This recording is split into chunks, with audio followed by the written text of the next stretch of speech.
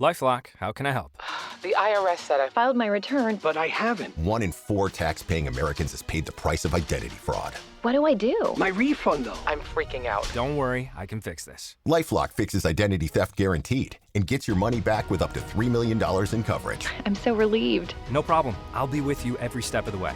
1 in 4 was a fraud-paying American. Not anymore. Save up to 40% your first year. Visit LifeLock.com/podcast. Terms apply. Disney Plus wants to know, are you ready?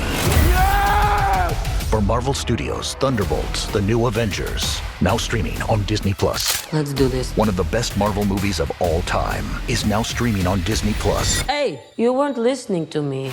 I said Thunderbolts, The New Avengers is now streaming on Disney Plus. Meet the New Avengers. That's a cool name. Marvel Studios' Thunderbolts, The New Avengers, rated PG-13, now streaming on, you guessed it, Disney Plus. Dr. Raj. Dr. Raj Dasgupta. The most interesting pulmonologist in the world. Welcome to the Dr. Raj Podcast, a show all about empowering knowledge, addressing difficult topics, raising awareness, and being positive. Dr. Raj is a quadruple board-certified physician, associate professor of clinical medicine, and the associate program director of Internal Medicine Residency. He was a co-host on the TNT series Chasing the Cure with Ann Curry, as well as a regular on the TV show The Doctors. And now, here's our show. Hi, and welcome to the Dr. Raj Podcast. And what is this a podcast of? It's a podcast of happiness and wellness, of great stories, amazing people, and of course, episodes like this are always special to me because my amazing son, dear Aiden, 10 years of age, has moderate to severe autism, has behavioral issues, has communication issues, and anything I could do just to be not only an advocate for kids with autism, but of course, the caregivers, of course, the parents, of course, the teachers, everyone out there who doesn't get a gold medal for all the hard work they do to keep kids with special needs safe and just happy. So today, it's always a treat that I have someone who is on the same team with me. She's an amazing person who also has a son with autism. Her name is Tracy Slepcevic. She is a U.S. Air Force veteran, and thank you for your service. Best-selling author of Warrior Mom, A Mother's Journey into Healing Her Son with Autism. She's also a certified integrative health coach and founder and president of Autism Health, a nonprofit dedicated to educating and empowering families impacted by autism. Her advocacy began in 2008 when her son Noah was diagnosed with autism, and doctors told her it was incurable. Refusing to accept that prognosis, she discovered biomedical interventions that gave her son measurable progress and transformed her mission in life.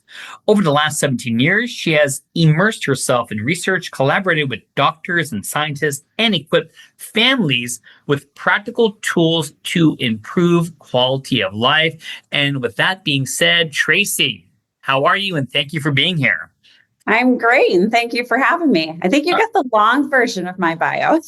Well, you just seem like a special person to begin with, and I'm not surprised your bio was long. And by the way, I abbreviated that. It was longer.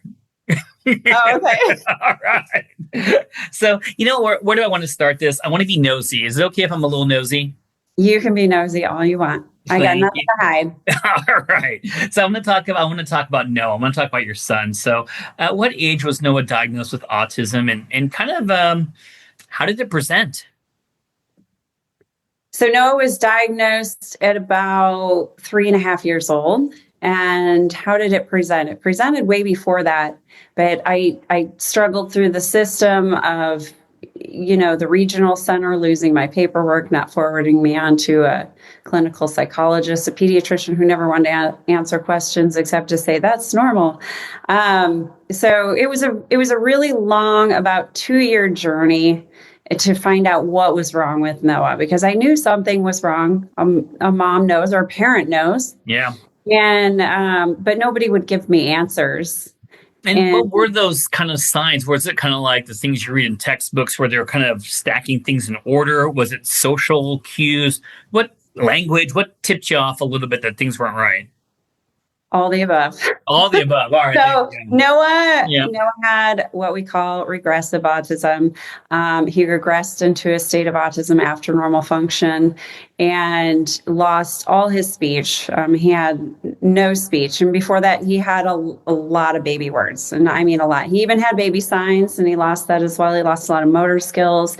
So Noah was very antisocial. He did not go near anybody except me and my husband, which was great. I could be grateful for that because a lot of children don't even go to their parents. Yeah. And, he did line stack. He liked to watch things that spin. If there was a fan in the room, Noah would just sit. He could just sit in front of it. It'd be the best babysitter. He'd watch it go round and round and round. He struggled to participate. I didn't know what was wrong with him, so I thought maybe he should engage with other children and in a different environment. So I put him in preschool. 2 different preschools are like, I'm sorry, your child has special needs. We can't care for him. And, along with the pre-evaluation from the regional center who lost my paperwork, I just really didn't know what to do. But, I always say God sends you angels when you need them the most. So a beautiful story of, this woman came to work for us for just a couple weeks, and I was very distraught when I came in and first met her. And, she was there long enough to tell me what to do, where to go, and how to do it. And it was such an amazing autism mom herself. And literally a couple weeks later, she was like, I'm sorry, I thought I could work full time, but I can't. And I need to be home with my son. And so she resigned. But I never saw her again. It's one of those angels that just pop into your life. And then on the day that Noah was diagnosed, I had to go back to the office and I saw my naturopathic doctor in the hallway, and his office was adjacent to ours. And he saw me crying and, a beautiful conversation of, him looking at me and saying, Noah is going to be fine. You need to go home and you need to do your research because kids are making great strides with biomedical intervention. Now, I had no idea what biomedical intervention was back then, but I was quickly going to learn. So I sucked the tears back up in my eyes and I went home, got to work. That's wonderful. That's where it's all began.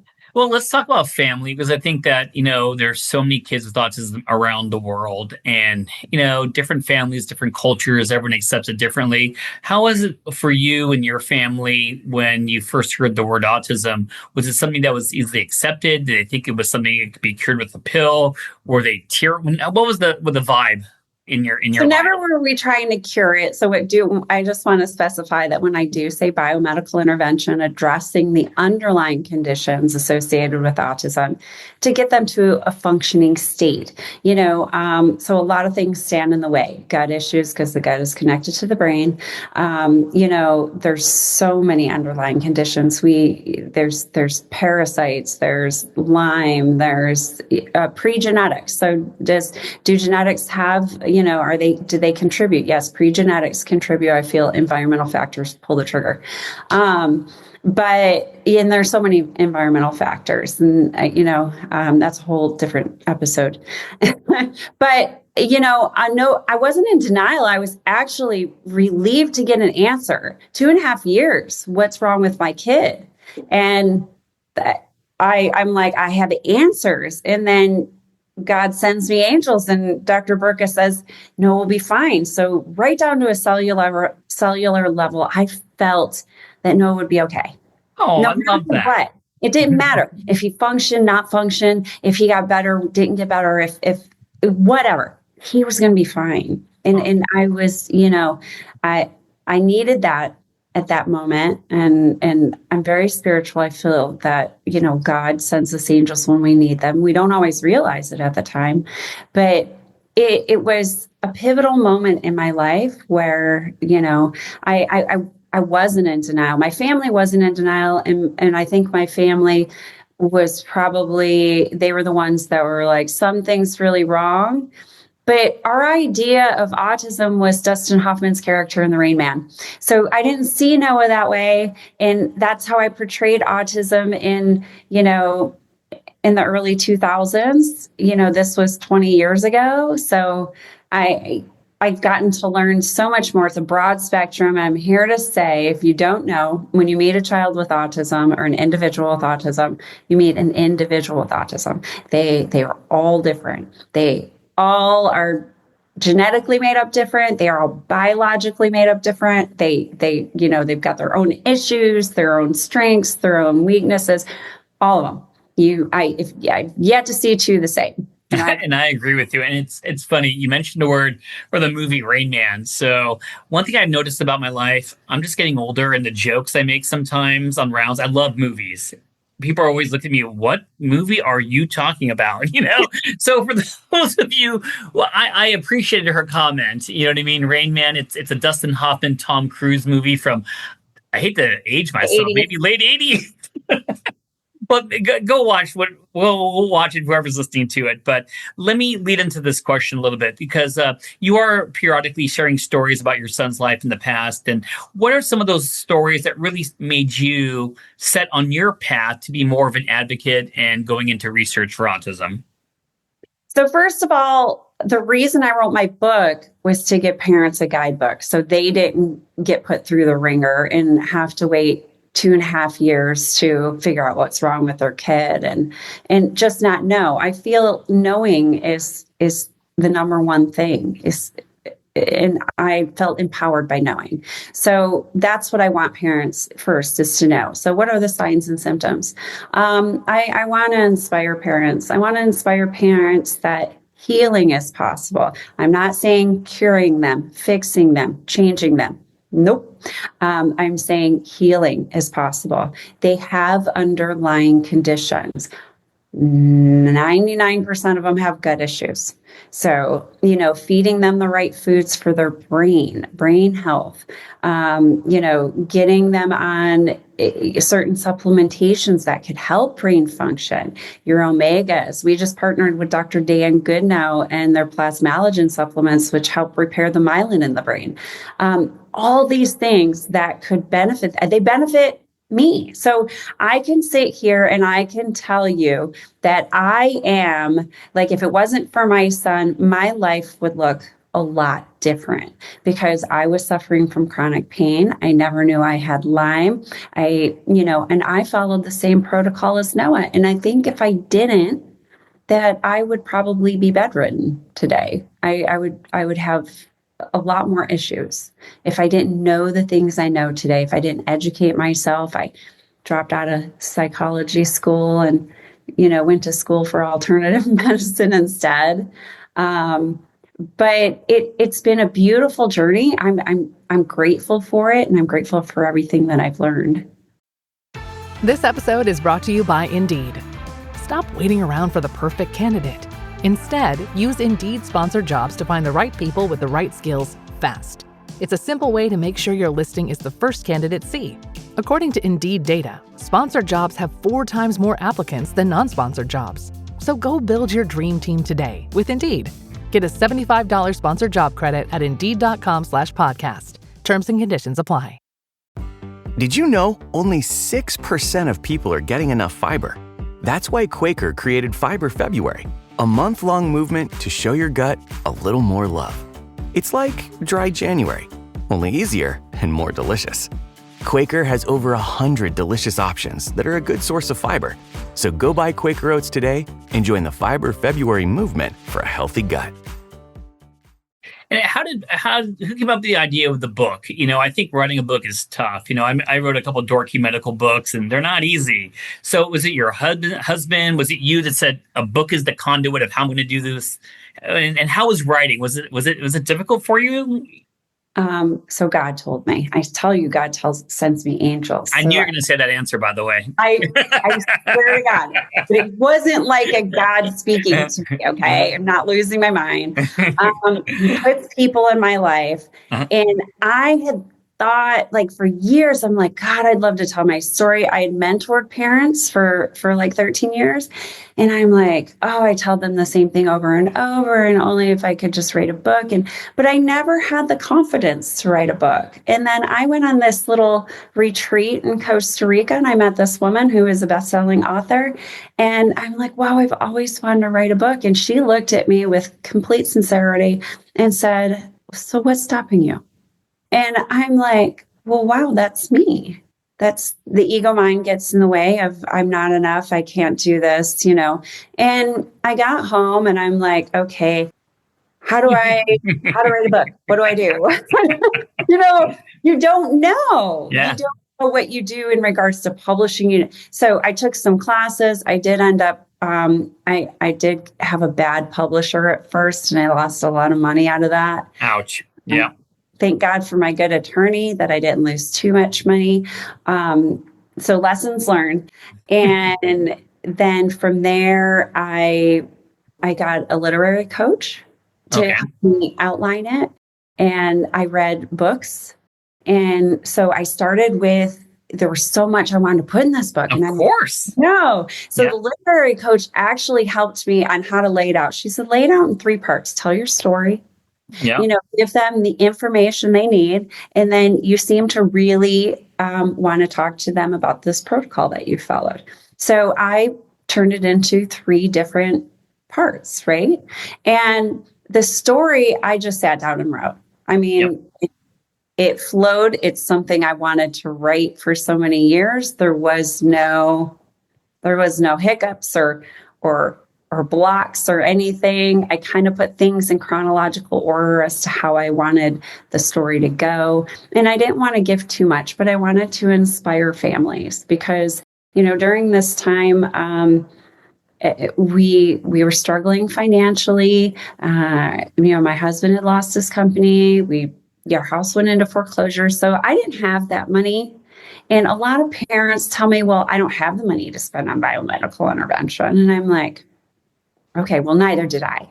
But I had a very clear intention. And I bartered for treatment. So I bartered for Noah's hyperbaric oxygen therapy.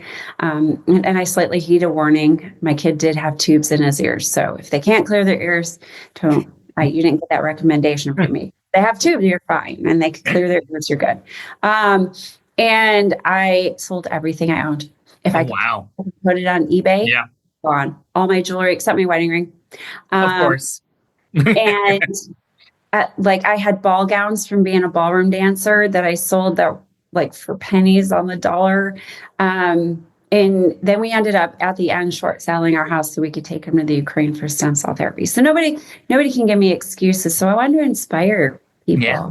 And I feel in my life's calling is to inspire people, however that gets to look. Not just families or the autism community, but to be a better person, to be in service to others, to get out of your ego mind and move into your heart, and all things are possible type thing. Well, I got to tell you, you seem like the nicest person in the whole world. And I do mean that. You have a beautiful smile, by the way. This is a question for you. I'm waiting for you to answer this one. So, you mentioned it already about biomedical and holistic. So can you tell me and tell my listeners, what are some of the most impactful biomedical and holistic things that you've seen to make a difference in children who have special needs, particularly focusing on autism? Okay, so before I jump into that, there's one thing in particular, and that is, like I said earlier, setting a clear intention of what it is that you choose to create, because we're all powerful creators. So we can create that, but this will get in the way. So get out of there and then begin. So once you're out of there, you're good. Gut. The first thing I read I ran home after I spoke to my naturopathic doctor. I ran home and I read so many books on healing autism. Okay. And then I went to conferences and I went to, tea talks with parents and meetings, and I submerged myself into the autism community, which is, I encourage 100%. That's why I started the organization. We offer free webinars. We offer free autism support groups. There's an annual conference every year. If you're local to California, your regional center will pay for it. If not, we have scholarships if you can't afford it. All these things where you can get information. Okay, so gut first. Supplementation, a lot of times because they are so full of yeast and there's issues with absorbing proper proteins and nutrients and vitamins that sometimes, IV supplementation and IVs are key to healing. Little invasive, oral, great, but at first, until you clean out their gut, which is probably going to take a while, that's going to inhibit the body's ability to absorb those. So supplementation is important. The third thing that I did back then was hyperbarics. Okay. Like I said, I kind of... Did you go to a facility or did you have, I assumed you went to a facility or... I saw these guys at a conference, an autism conference, and I said, hey, my son really, really needs this therapy.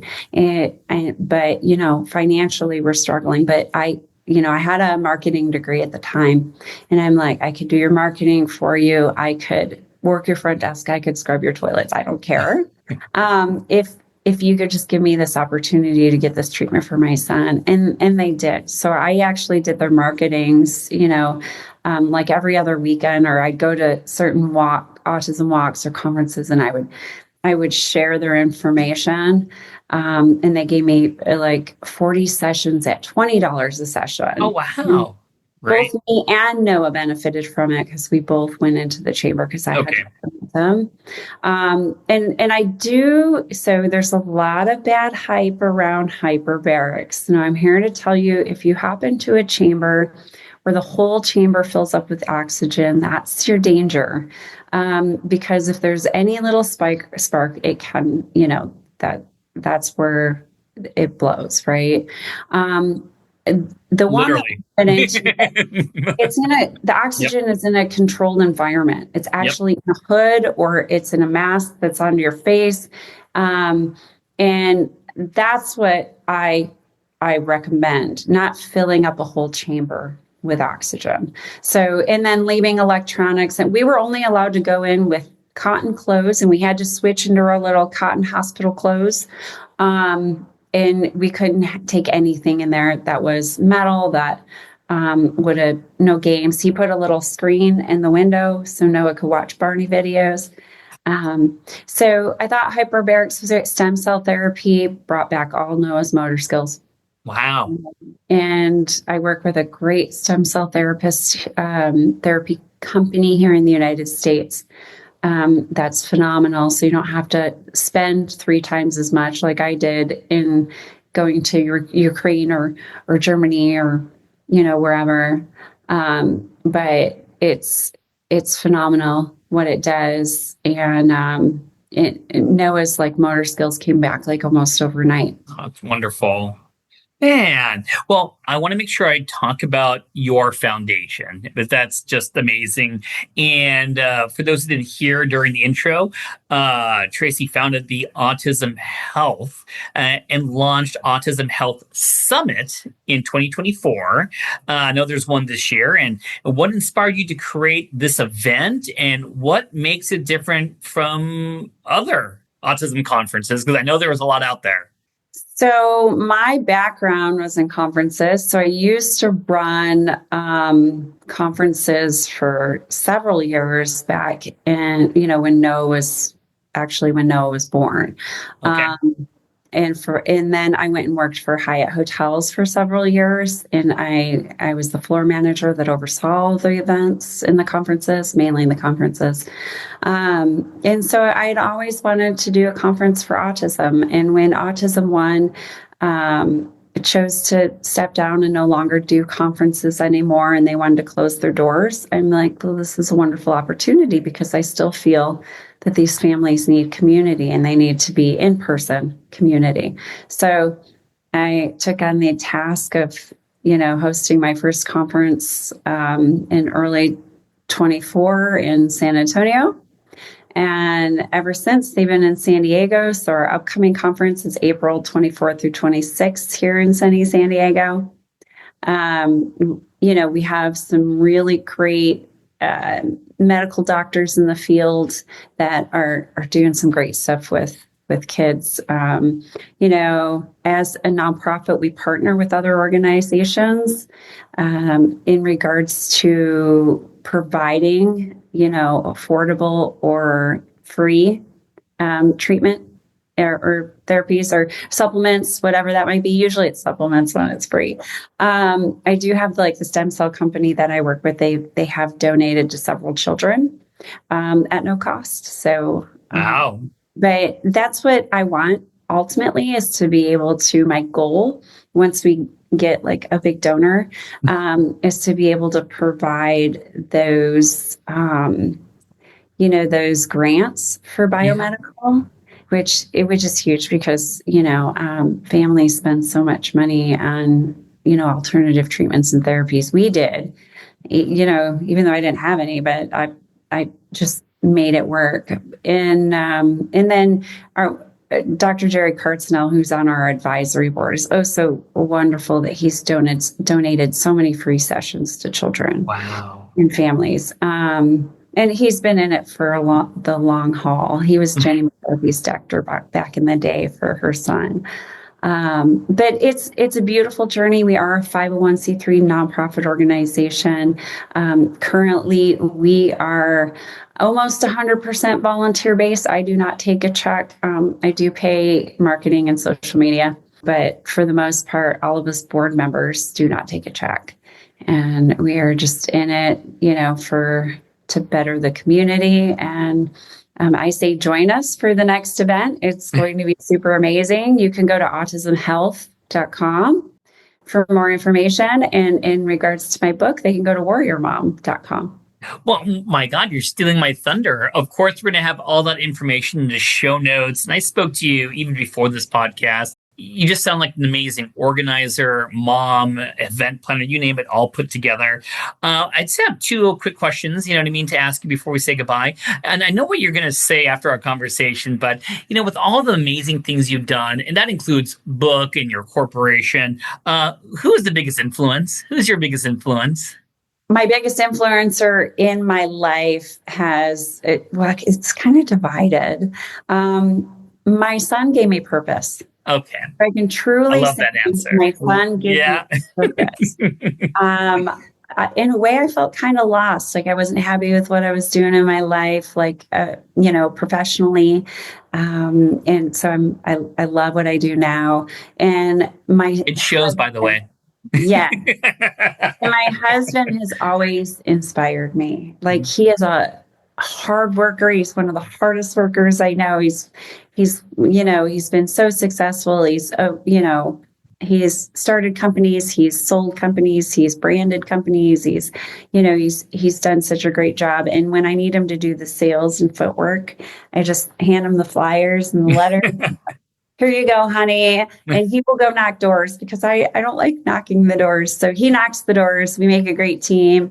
And together it's just all about making it easier for these families and giving these kids a better, more functional life, with no pain, because a lot of them are in pain and they can't tell you. So.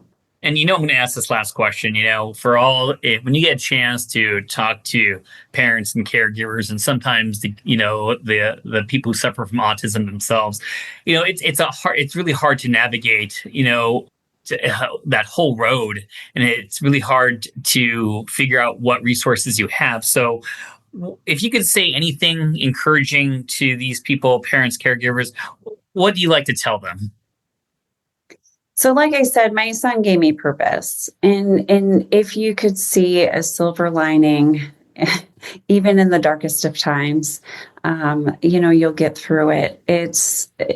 My heart truly goes out to many families. Not every child responds to biomedical intervention, but if you set a clear intention, if you truly believe it within your heart and your soul, big things can happen. They truly can.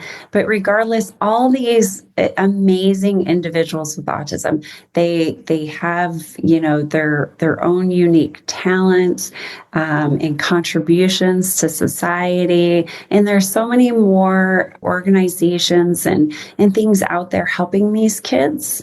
Even when it comes to adulthood and getting jobs and even dating apps, they have them for special needs, I guess. Noah's doing really good. So he just kind of, he likes to work full time so he can travel the world, and he travels all on his own. And it's just it's a beautiful thing to watch, but, cherish the moments, even the tough ones, because they go by really, really fast, and then they grow up. But it takes a lot of hard work to the words "warrior mom" didn't just come easily. They came with a lot of sacrifice, and I sacrificed everything for my child to be able to live a fully functioning life. And I believe that can happen for so many. I love that. That was the best ending ever. And I just want to say that, Noah's really lucky to have you. I've only known you just a little bit, but your passion for this topic, and it's just amazing. And I just want to throw it out there. If you ever need someone to go and chat about sleep, I'm always available for you, okay? Well, I have many parents whose kids just don't sleep, but I know it's a lot get related. So. Hey, I'm only a cell phone away, but let me just say thank you today, Tracy, for coming on the podcast. I'm going to put all your info out there. I'm going to put your book information out there, and just, hey, continue being the warrior mom, okay? Well, thank you. And thanks for all that you do as well. That was the Dr. Raj podcast. What a treat. What a treat to be talking to Tracy. And stay tuned in the next couple weeks for our next episode. Thank you for listening to another episode of the Dr. Raj podcast. If you enjoy the show, then please make sure to follow us on your favorite podcast app and leave a rating while you're there. This show is for educational and entertainment purposes only and is not intended as medical advice. This has been a production of MedPrep to Go, and you can learn more at medprep2go.com.